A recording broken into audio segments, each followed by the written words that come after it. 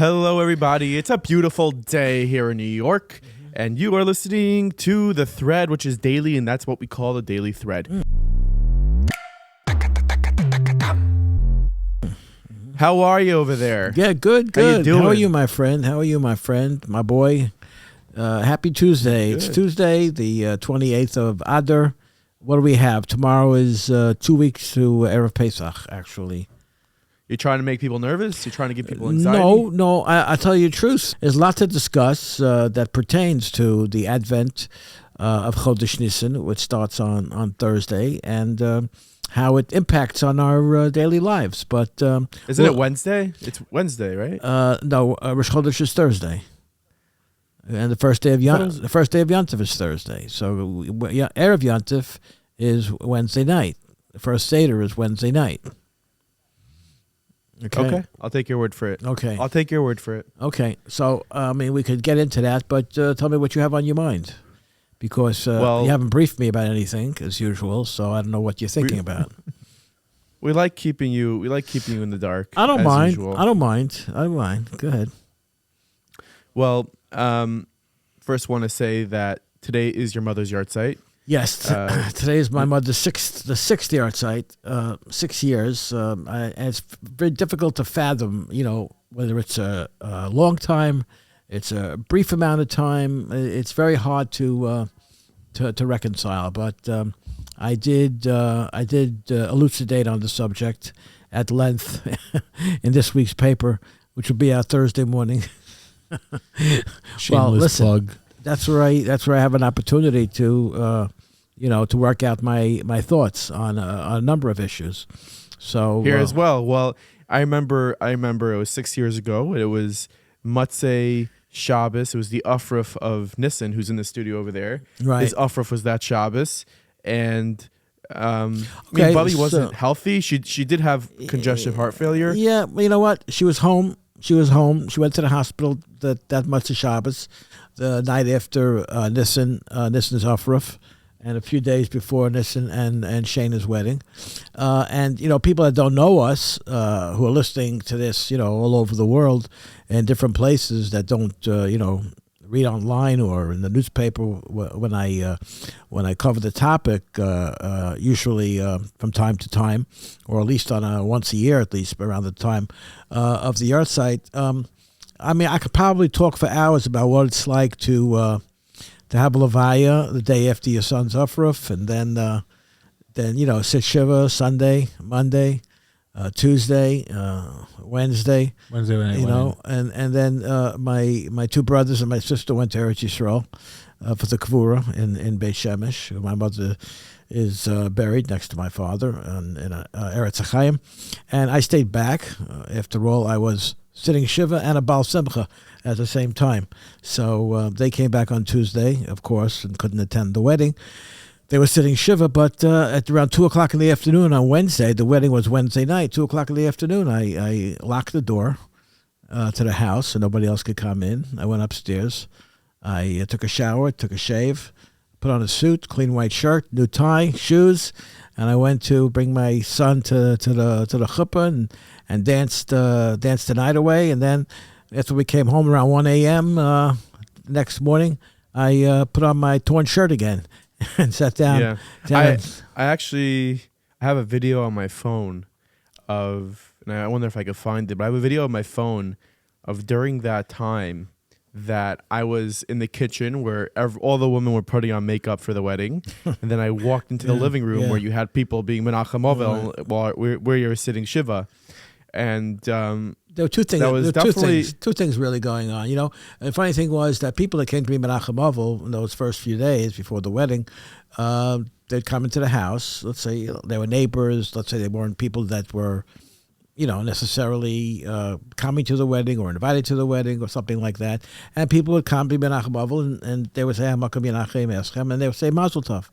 And then when I went to the wedding on Wednesday evening, people came over to the Chassan's Tish, where the contracts, where the marriage contracts are signed.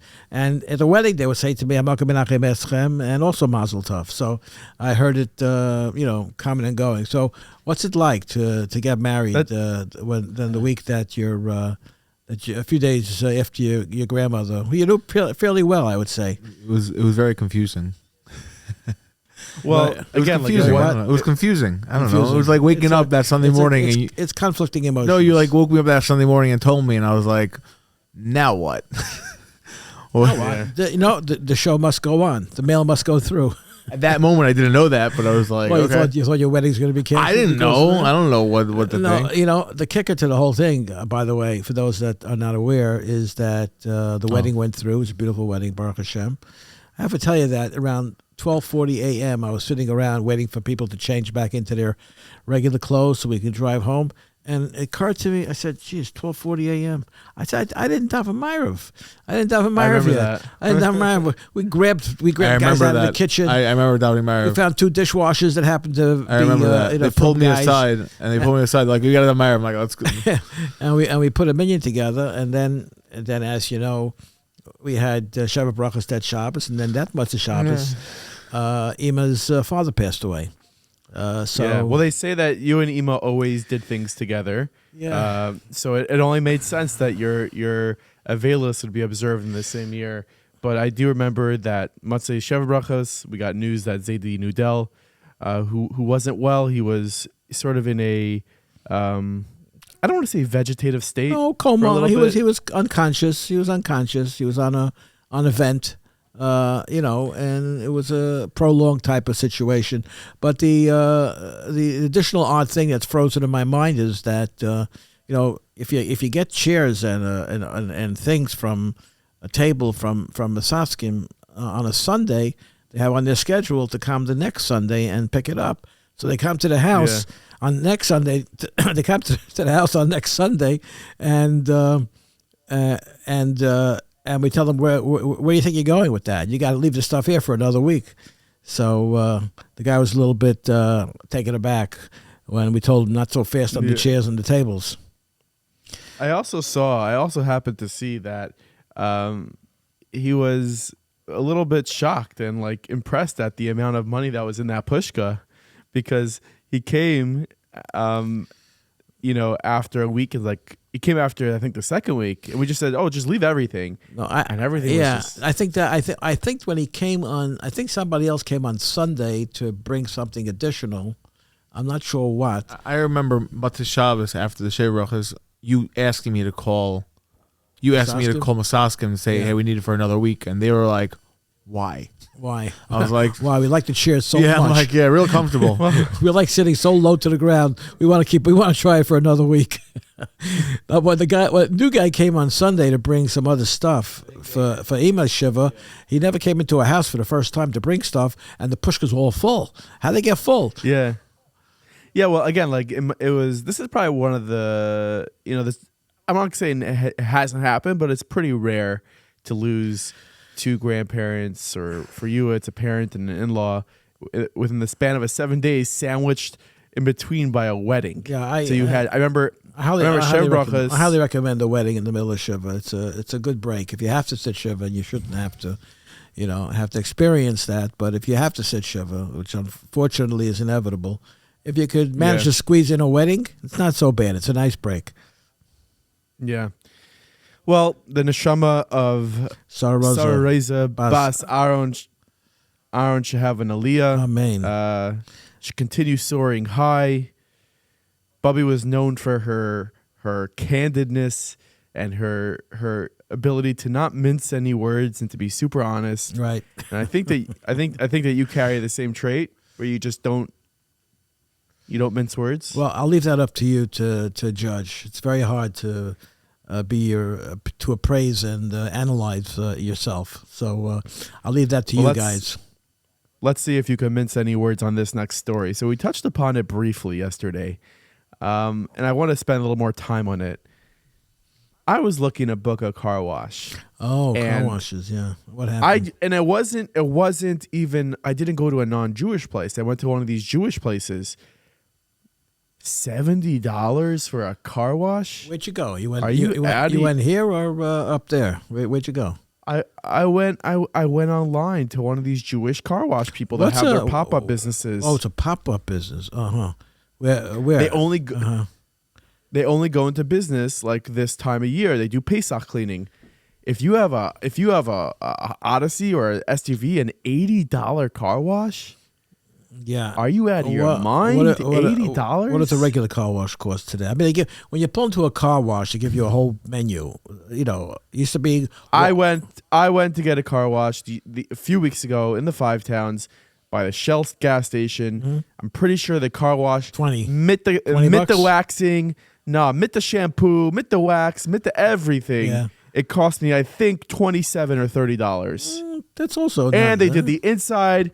They did the inside. They did the outside. $70, $80 for a car wash. I guess you could say they're coming to you, right? Like they're coming to your house. So I understand maybe $50, $50, $55, $70 and $80. That seems to me like you know that you need to get your car washed. So like you have no brera. Well, let me tell you what I plan on maybe doing this year, and this might come back to bite me because I don't know if any of these car wash people are going to want to wash my car, but I might just wash my own car. Well, listen.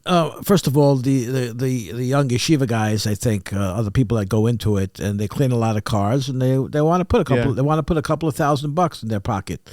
They work day and night for what is it? I admire 10 it. days. I admire the hustle. I think it's. Well, we talked about New York State Assemblyman Simcha Eichenstein.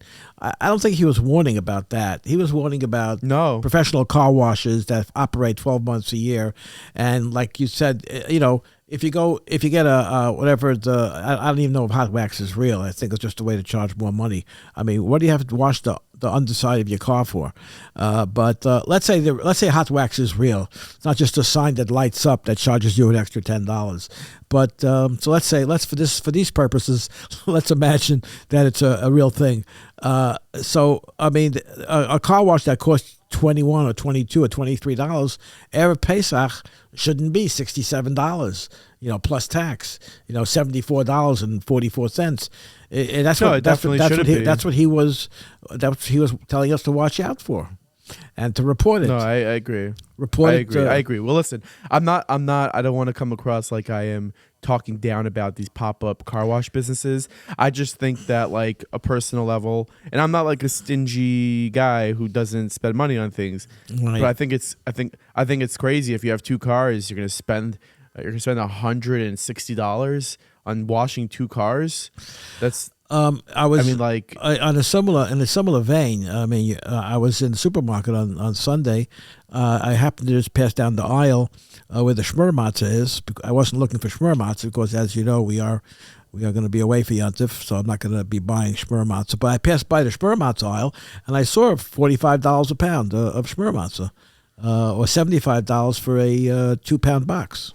That's well. The important question, Abba. The important question is how much was it for the containered salt water for the Seder? Oh, listen, I there was one time that now for the last few years you could buy the 10 pieces of bread that are wrapped in what is it called, saran wrap or something that you could put out. That's not as crazy. That's not as crazy to me. No, but that's not as crazy to me. But you could open up the package and you could put the 10 pieces already wrapped in plastic. You could put them out so you could go through the B'dikas Chametz procedure, B'dikas Chametz process.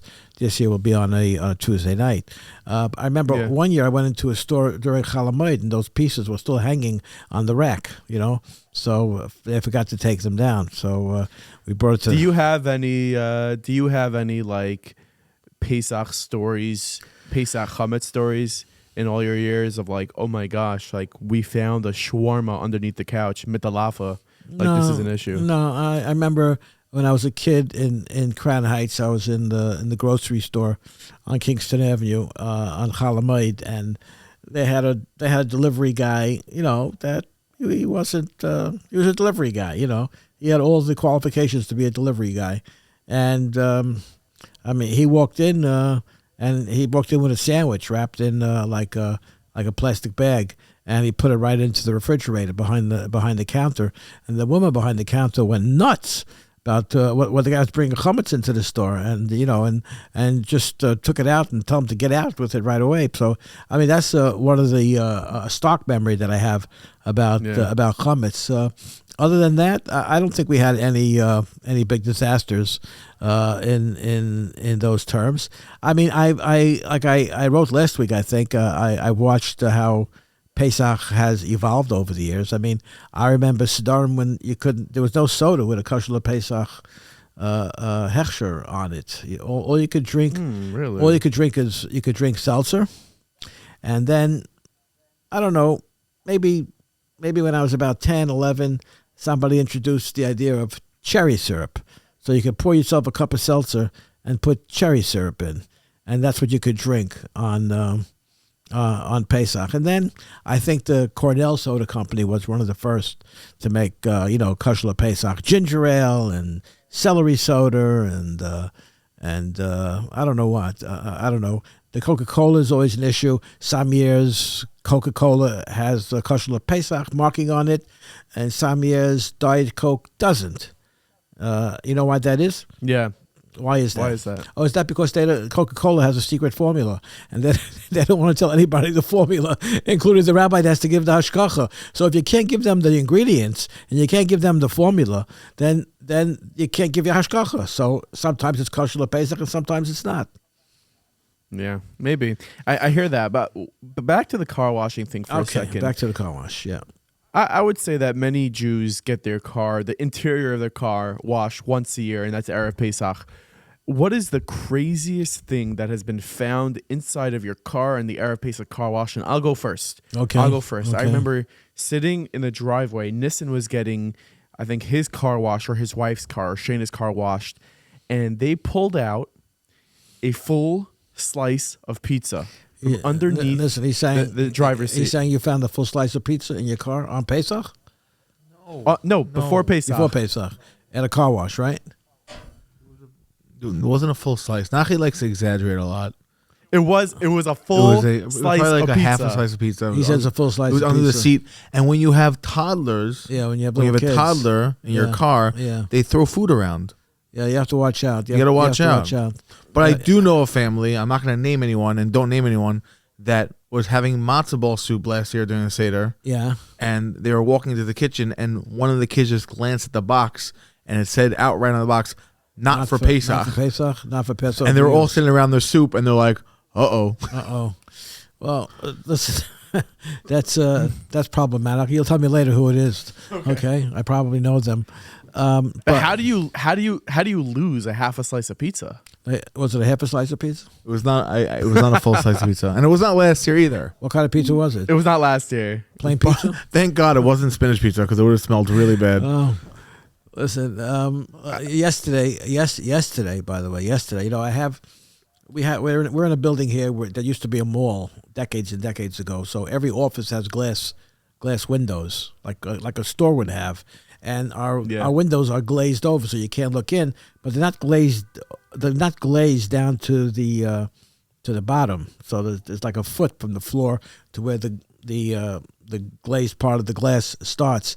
Anyway, someone came into my office yesterday from Mincha and said, "Oh, by the way, did you realize you have a box of crackers right behind your filing cabinet that you can't see because it's between the filing cabinet and the window." And, rest assured, I went to take a look in that little spot. I never would have seen that. It was a box of, what it's called, some kind of crackers. They're snackers. Nachi left them there. Snackers? You know what? No, wait a second. Your office really does not have good, you guys don't have good snacks. Well, listen, we have people have good lunches there. They usually go out. They order out. Breakfast and lunch. Today we're gonna have a big lunch because there's but there's another guy who davens mincha in my office every day who works here in one of the stores on Central Avenue, and his mother passed away the same day as my mother 6 years ago. Really? And his mother's name was Roiza. I want you to know. So What? Yep. And and Levi was the same day, and she was also buried in Eretz Yisrael. And so we have that in common. So we're going to split up into two minyanim today. So we're campaigning to have 20 people downstairs for the minyan. Okay. Do we have any update on whether or not Donald Trump is getting arrested today? He's not getting arrested today. He's not getting arrested today. You said yes. Is that confirmed? Yeah, he's not getting arrested. He's not getting arrested today. It's a very complex issue. The House Judiciary Committee sent a letter to Manhattan District Attorney Alvin Bragg, who already had the opportunity to indict Trump 2 times and passed on it because he didn't think it was much of a case. And they want him to come testify before the Judiciary Committee. They want to find out if whatever he's doing now is being coordinated with the Department of Justice in Washington and with the Biden administration. It's a very serious what's going on here. Trump, and besides, whatever they're accusing him of paying someone to be quiet back in 2016, there's something called the statute of limitations, which means that after a certain amount of time, you can't prosecute for that crime. And whatever they're suggesting that he did, the statute of limitations has already expired. So it's really just about trying to besmirch his name further, and it's a Democratic calculation to derail the Trump campaign for president. But they should know from past experience that it's only going to embolden him and strengthen him. It's not going to work. It's not going to work, you know. Well, I see somewhere here on Twitter that all NYPD officers, including plainclothes detectives, have been ordered to wear their full uniforms starting at 7 a.m. today on Tuesday, ahead of a possible indictment of Donald Trump, according to CBS News. The Port Authority has also been reportedly warned that the possibility of a car caravans could disrupt rush hour traffic, including traffic in bridges and tunnels. So if they're going to do that, they should do it and get it over with. You know, get it over with, do it, and then if there's going to be a trial, it's not going to be for a year or two. It'll probably be in the middle of the presidential campaign for 2024. This is just one step in the whole process, the actual arresting and booking. Let them do it. You know, the news media profits the most from all this. It was very exciting for the news to see a celebrity, getting arrested. After he gets arrested and people say, "Oh my God, look what did he do?" The next day they feel like, "Oh, whatever he did was not right with how they treated him." So they can go from cheering on his arrest and his indictment to supporting him, whereas they may not have supported him before. And today is, I think it was either today or yesterday. I think it's today, Barron Trump's birthday. Oh, happy birthday. How old is he? 17. Wow. He started out as a little boy. Don't we all? Yeah, that's true. We all started out as little boys. But 17 is an adult out there today. Yeah, well, let's go ahead and check what else is going on in the world. I see over here, B'chazdei Hashem, the Shin Bet foils a major shooting attack in Yerushalayim. A terror cell in the Gaza Strip planning major terror attacks in Israel, including a shooting attack in Yerushalayim in the coming days, was uncovered in recent weeks by the Shin Bet. Joint operation by the IDF, the Shin Bet and Israel police uncovered its terror cell, led by 2 residents of Rafah, a city in the southern Gaza Strip. Ayman Yosef Kalik Zakut, 31 years old, and Mohammed Zabri Aram, 40 years old, are members of the Popular Resistance Committees, a terrorist organization funded by Hamas and Hezbollah. And according to the Shin Bet, these 2 individuals, they recruited Palestinians in the Yehuda and Shomron and provided them with training and weapons to carry out attacks against the Israeli targets. Mm-hmm. The network was under covert surveillance at all stages of planning, and Chazdei Hashem was exposed before any of its plans could be carried out. That's via Yeshiva World. They're pretty cool. The Shin Bet, Mossad, they're good at what they do. Israel's going to have to crack down, reluctantly. They don't want to disturb the status quo, even though it's not a good status quo. The status quo is terrible. It's not a good status quo. I was reading this morning that someone did an interview with David Stern, who was shot on Sunday from his hospital bed in Beilinson Hospital in Petach Tikva. And he was describing how he was coming down the road, passing by Huara. He was on his way to Yerushalayim, as you described it yesterday, as the news described it. And he's a self-defense guy. He's a former Marine. And like you said, he lived in Far Rockaway at one point. He lives in Israel with his wife and kids who were in the car with him. And the way he described it today, he says he was driving down the roadway that goes through Huwara, and the Palestinian was crossing in front of him. So as a matter of courtesy, he stopped his car to let him cross, but he didn't see both hands of the guy. He saw one hand was under his jacket. So he suspected right away that something was not good. He says that they both started shooting at each other at about the same time. So as soon as he saw that he can't see the Arab's hand, he went for his gun. And he says they about started shooting at the same time. And, it's just by Chazdei Hashem that he wasn't killed. Mere inches. Mamash, mere inches. Hashem is great all the time. Do you have anything else you want to say? This is my signal to you that we're wrapping up the episode. Yeah, no, I appreciate that I'm not finding out that you're wrapping up the episode when you say that's the conclusion of today's episode. But no, I'm good. I think that we covered everything we wanted to cover today, and we'll be back tomorrow, God willing. Listen, if there is an arrest of Donald Trump today, perhaps myself and my father will put out another. We'll break in with a bulletin. We'll say that. We'll have a special episode of Daily Thread tonight if Donald Trump is arrested to break down the news. This is what you're seeing now is political and judicial dumbness, because like Elon Musk said on Sunday, arresting Donald Trump guarantees him a landslide victory in 2024. The American people have seen what this is about, and they don't like it. Well, we shall see. Hopefully, we won't see you with a special edition episode tonight, because that means Donald had been arrested. Although I don't know, I think it's a bad thing if he gets arrested. We don't want that to happen. Okay. Not on Barron's birthday. Anyways, thank you for listening and watching the Daily Thread. Thank you so much, everybody. Please leave a review, subscribe to our podcast, whether on YouTube or Apple, Spotify, and we hope to see you again with another episode tomorrow. Have a good day. Adios. Bye-bye.